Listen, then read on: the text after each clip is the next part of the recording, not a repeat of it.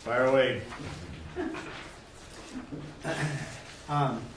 So I've been looking into the association's schools Mello Roos tax, and on my own individually have had some discussions with our state and local officials, who almost immediately say, well, what is your Serrano Owners Association's official position on the matter, even though I'm not representing the association. And so therefore, I move that the association's board reconstitute the Serrano Association Ad Hoc Mello Roos Committee to seek specifically an end date on our school's Mello Roos tax. Is there a second for that? Second, and a point of order. Are you asking for an ad hoc committee or a standing committee? I don't believe that it needs to be a standing committee, but this may be my own misunderstanding. It's for a specific purpose, and when that purpose is done, it no longer stands. So my question is that the specific purpose of the committee is to advocate for an end date to the tax, or, I mean, what if the committee decides they don't want to pursue it? I mean, are we creating a committee with the answer already in place? I mean, I'm just asking you, Dean, how you can move forward with this. So it's moved and seconded, correct? Okay. So we're in discussion. Yeah. Okay, so I mean, what if you appoint 6 people to the committee and none of them say they don't want it? I'm just asking you out loud. I'm not advocating. No, I understand. So in discussion, it has been recently identified that the school's Mello Roos tax that we pay could be in perpetuity. The Mello Roos district, specifically the schools, because there are 2. There's a streets and lighting, and there's a school's Mello Roos tax that we pay. The schools portion has never issued the bonds they were authorized to issue in the early 90s. So in 1991, they formed with a single landowner vote authorizing them to issue $78 million in bonds. They had the right, they were authorized to issue them, they had the right not to issue them. They have subsequently taken in approximately $55 million from 99% of it is Serrano owners. And they flowed that income in and gone out and secured their own debt. So the participants are 3 school districts: El Dorado Union High School District, Buckeye Elementary School District, and Rescue Elementary School District. And they're splitting the money through this Joint Powers Authority, which is actually a legal entity. They're divvying the money up amongst themselves, going out with that money and securing their own debt without any voter approval, which is, again, within the guidelines, where they can fund in perpetuity their own debt paid for by our taxes, and the only other limit is a single list of facilities, which it's now been identified that that list of facilities is not tight enough, whereby they couldn't go back to items on that list that say the CFD is authorized to acquire or construct any facilities that are needed to serve the students within the Serrano Mello Roos district, which shows you you put 1, 2, and 3 together. 1, you never issued the voter-approved $78 million in Mello Roos bonds, but flow the income that comes based on the taxes that are prescribed to debts that they secure on their own, and can identify a never-ending, because of a loosely crafted scope of facilities. You see a process that could be done in perpetuity. I actually captured a recording and posted it on the internet that has since been attempted to be refuted, but did capture the idea that at least Rescue School District understood that that was by design, that it would be in perpetuity. So I bring the issue back to the association's board because I think that no one or even a small group of unhappy Serrano special taxpayers for the schools are going to change the conditions I just identified to you. Better yet, the board, who I think that has some fiduciary obligation to protect the association's home values.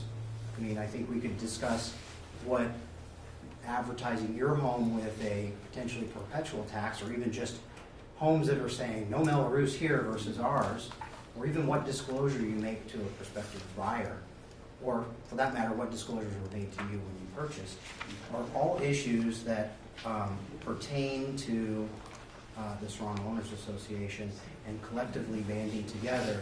I'm not suggesting that we don't fund schools or that I'm not for schools. What I'm suggesting is there is a total dollar amount with which we should be able to identify what we will pay per parcel, and that is only going to come as a result of an end date, because they're collecting roughly $5 million a year, and if you don't stop how much they tax you and add all that together and say this is how much I've paid in total, you're going to pay forever, and you're going to pay a number that you have no idea what it is.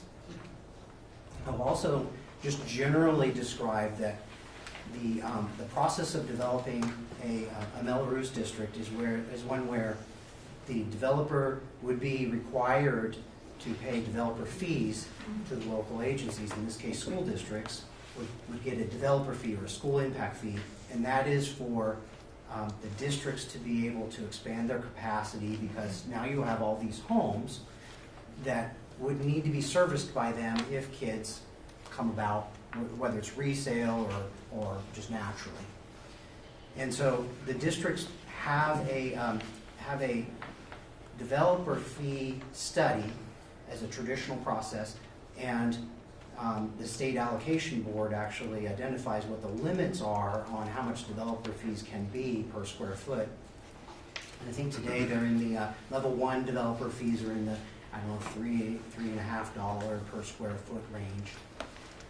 The alternate method is to create a financing mechanism through like a Mello Roos district, where you pay, pennies on the dollar per year, and you pay toward that with them financing and issuing bonds, usually initially, and then flowing the taxes over time against those until you've paid the principal and interest back.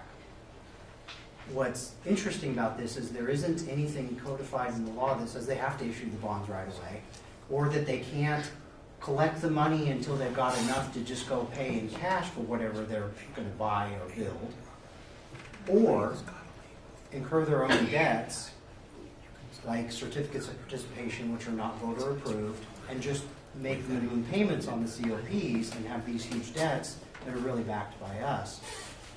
I'm not saying that the Mello Roos district has done anything they shouldn't have done. I'm saying that the documents leave us without a check or a balance, which will have us passing what we would have paid if the developer fees were paid early on. And we have a second Mello Roos district I mentioned to you before. In fact, there's lots of them in the county. For example, Blackstone has a Mello Roos district that built the Valley View School, which is where they've been having the CFD. The one we pay into has been having their meetings at the Valley View School. That was a Mello Roos district with a specific end date that's paid for a specific school, and there weren't any catch-all language in there. And even if it was, the end date would drive how much money they would take in. The other Mello Roos district that applies to our Serrano parcels is a streets and lighting district, for lack of a better term. It paid for this village green park out here with the waterfall. It paid for the county library. And that also has a specific end date. It had a list of things that were to be done. And then it was, as I last recall, 2030. So I am identifying what appears to be a loophole, what appears to be something that wouldn't be easily done with an educated group in light of day.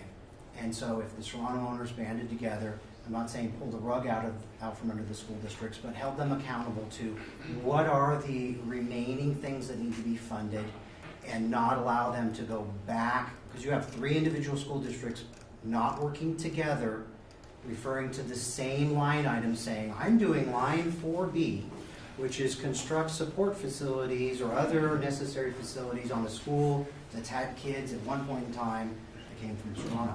And another district doing the same thing over here with the money that gets flowed to them, and there really aren't any limits.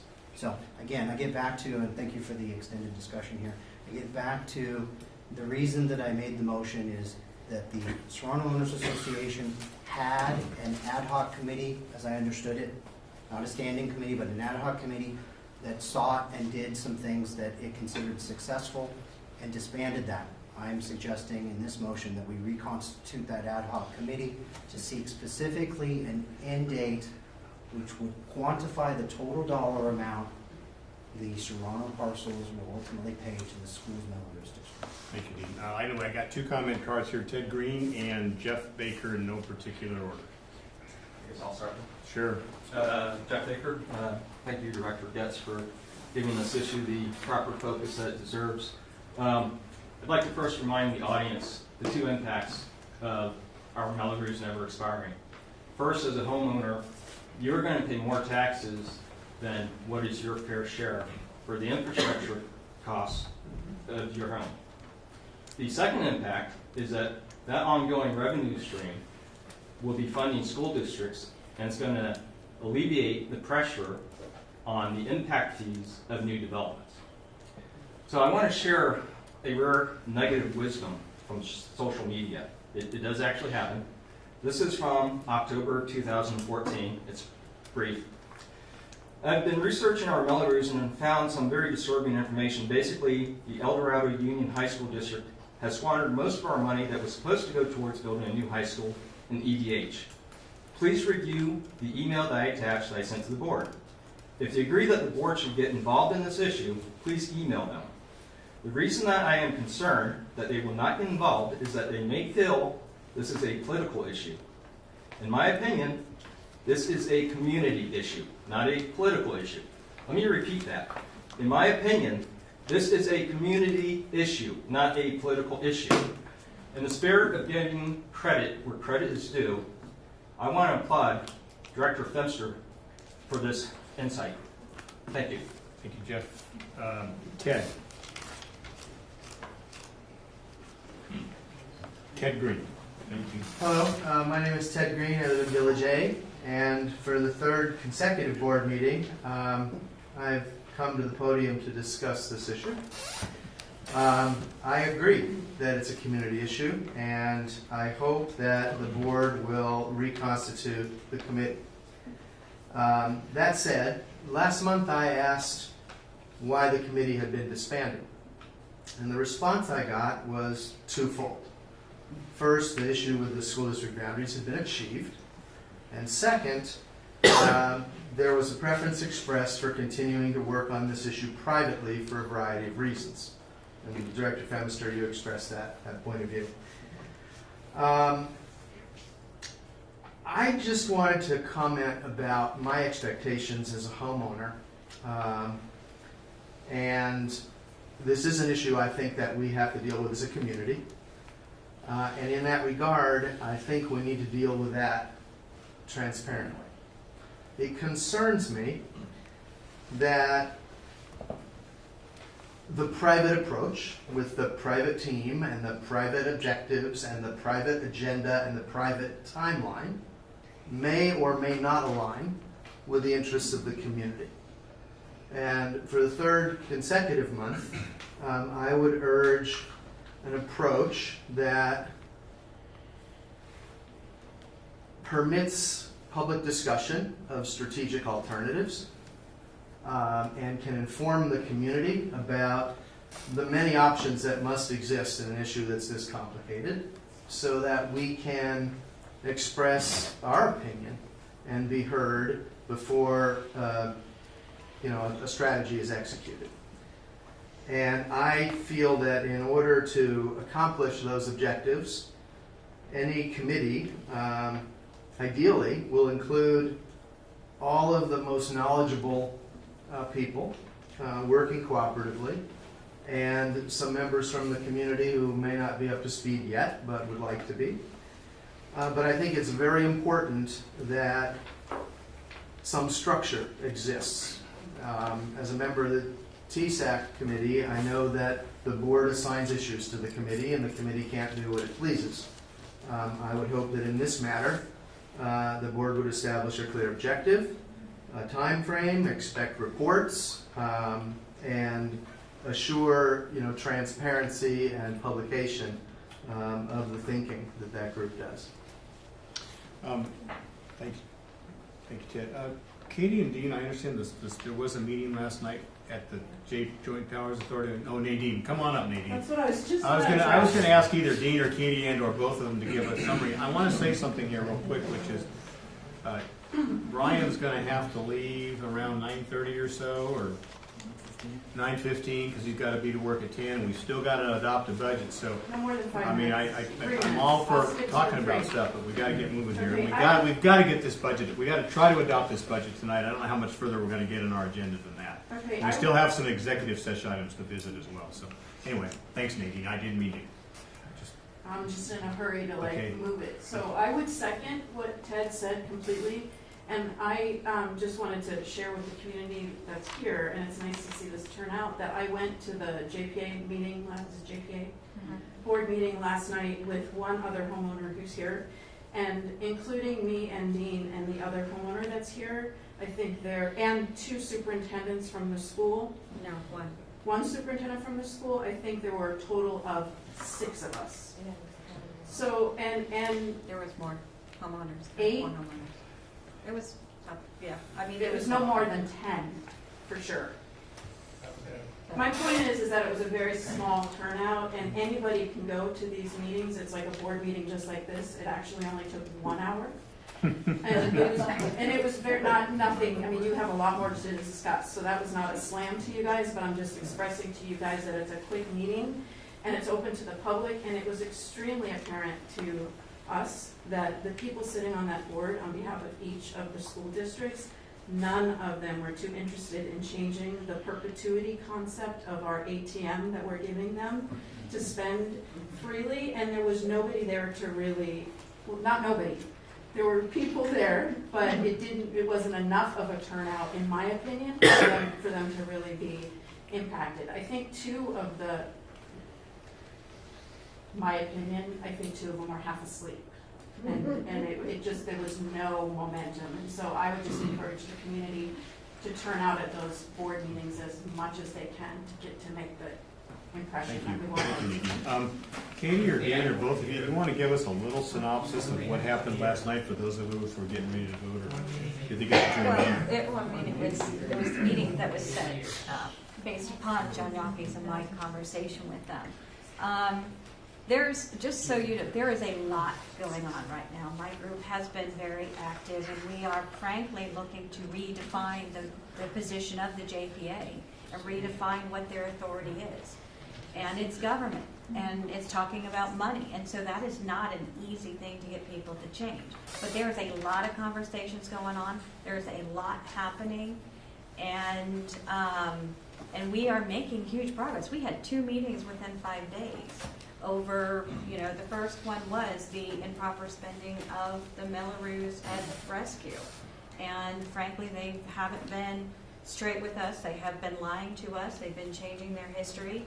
Because in my mind, until we can address the fact of where's that money supposed to be spent and how they're spending the money, and that they have $16 million on us that doesn't belong to us, until we address that basic issue, we're never going to get an ending, because they're going to keep finding these other things for us to spend the money on.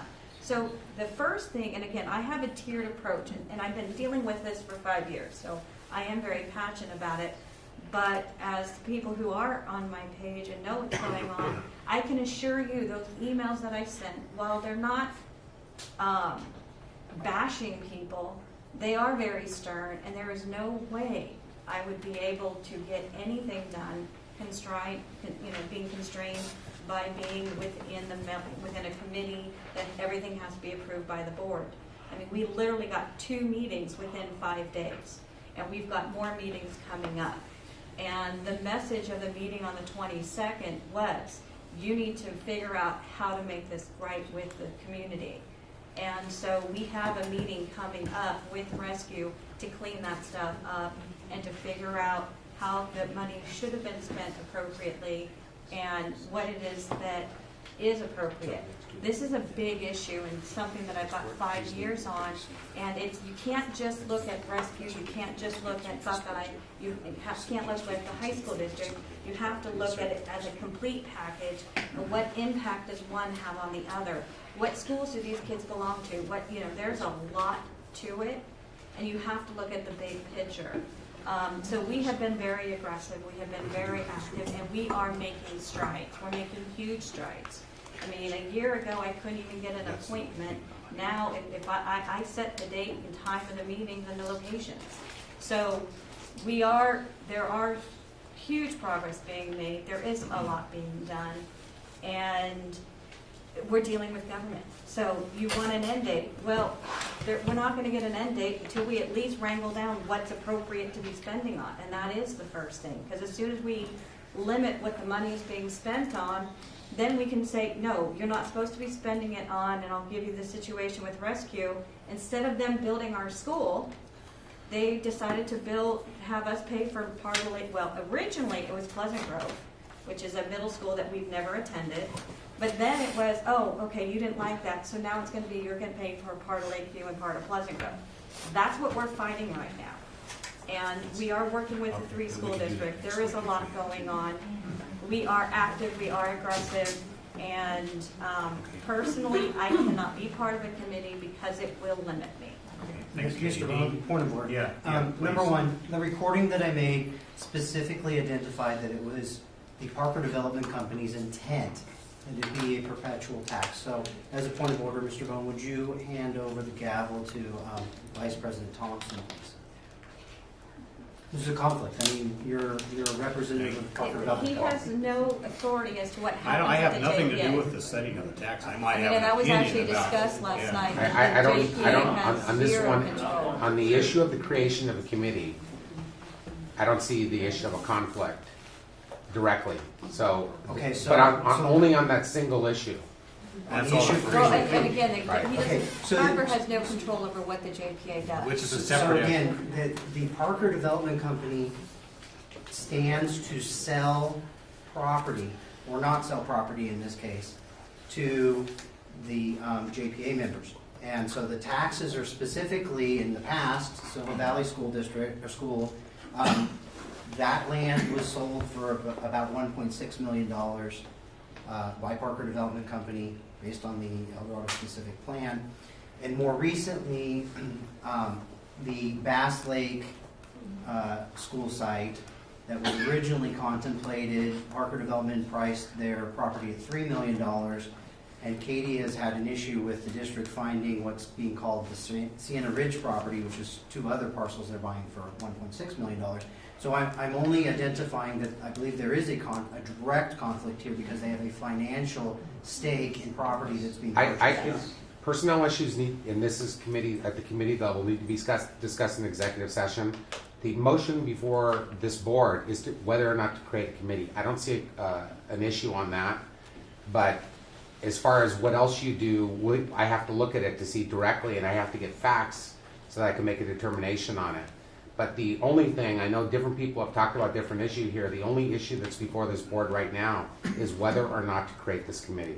But if the Parker representative is suggesting we shouldn't create a committee and therefore get to the bottom of what the total dollar amount we will pay that could be flowed to them, why would that not be? Dean, I can't discuss Understood. legal advice in open session, and what I'm saying is, because there is a motion before the floor, I'm comfortable answering that one question. But if the board wants me to get more deeply into it, it has to go into executive session. Okay, any further comments from the public? Well, I'm just confused on what Katie's group is. I'm new to this, so I don't know what she's talking about. I have a group of homeowners in the community that I'm working with, and some very bright, very connected individuals within this community that we are working together. I have people who are experts in land use. I have people who are... Do we know who that is? I'm not committed any information. Yeah. Sorry. But I don't know of any Okay. situation that this is functioning similarly with just a person acting as Come on up. their own committee. Come on up, and then I think we're getting close to it. Robert Kessler, I live on Moreau Court. Multiple times tonight I've heard property values cited because beavers, because paint, because people are parking the wrong way. Well, as someone who's thinking about selling my house in the near future, this is a huge issue. I've always been under the impression that Mello Roos were not in perpetuity. They had some date when they ended. So if they don't, I'm going to have a hard time selling my house. So I think this is a very, very important issue that we shouldn't put off. We should act fast on and get an answer to rapidly. Thank you. Okay, any further comments? And again, we're just discussing about whether we should form a committee or not, and keep looking at council. And guys, we got to get a budget adopted here, and Brian's going to have to leave in a few minutes, and I want everybody to vote on the budget. So, I would like to say, Mr. Green, here, I'm 100% behind you. I do not like the idea of someone saying that I've got a group, just trust me, it's going to come out all right. That's not the way it's going to work. It's a closed group. Pardon? It's a closed group too. Serrano homeowners have been denied membership in this alleged group. Right. So the bottom line is, it's amazing to me that this board would allow someone to say they're going to go off in a corner in secret and work this out. She's been working it out for 5 years, maybe 6 now. Maybe it could be done in 3 years if it's done properly. So working on it for 5 years is not an indication of success to me. So I believe, and this, we have to have this in, a transparent process where we know what's going on, we know who's involved, and we can monitor it and bring more people in if we have to. This idea of going off in a little corner and saying, trust me, doesn't fly with me. okay, come on, let's come on up, Jeff, one more time.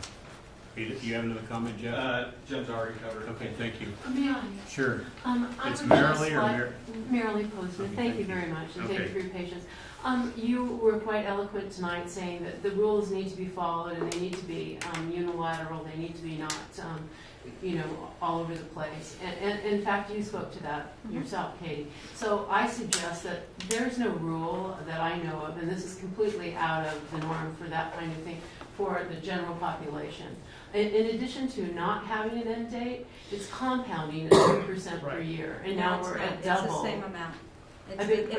The point that you bought your house, it's the same amount. It's not compounding. No, that's not the case.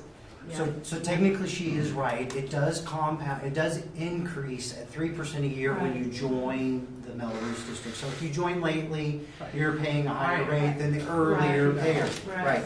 So she is right there, but that's exactly why we need a committee, so that a group of homeowners can know exactly how it works and how it works against you, and we can get to the bottom of it with an end date. So the individual little weeds Hey, guys, come on, please, let Dean talk. Thank you. The individual expenditures, whether we buy the senior ridge property or not, or whether a great example, they were supposed to put a school site in the rescue school district at Bass Lake Road and Serrano Parkway in 1991. They were authorized to go out and finance it, purchase the property with the landowner's plan. It would have been right there across from Katie's Gate as you go out, Penniman or what have you. Anyway, it would have been right there 20 years ago. Instead, what they did, and Katie was right because she was an early finder of the problems, they spent millions of dollars at Marina and Pleasant Grove. Lakeview and Pleasant Grove. Oh, there you go, Lakeview and Pleasant Grove. So they spend money at these other schools, flow our kids there, however they have to get them, hook or crook, and then now 20 plus years later, they want to buy the original property that's called for on the exhibit that I'm telling you is too loosely crafted. So if there's no end date, then there is no consequence to spending some money over here for a while and spending some money over there for a while and then ultimately getting around to maybe buying this thing and all the things that Katie's trying to rein them in from all gets done by this is all you have to work with. And then you make the spending decisions based on that. Okay, thanks, Dean. Neil? I'll be very fast. It's Neil, right? Neil. Thank you.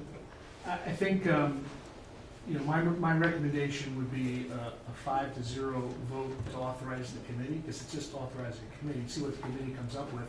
And I don't see how a committee from Serrano, who ultimately will make a recommendation to this board, would conflict in any way with the work that you and your group have been doing. I don't see there's any conflict. And I think, I'm one of the late bloomers. I bought a house 5 years ago here, so I have the benefit of the compound. I didn't pay it because I didn't buy it 20 years ago. So my Mello Roos is over 2,000 a year. Thanks, Steve. It's a lot of money. Any further comments? Okay, any comments from board members? We have a motion and a second. Thompson? Yes. Are Katie? you asking for a vote? Yes, I'm asking for a vote. I am trying to. Well, the answer is yes, all right. Katie? I'm going to say no. No. Abstain. Aye. Okay, motion fails for lack of. Oh, man. Come on, let's go on. Okay.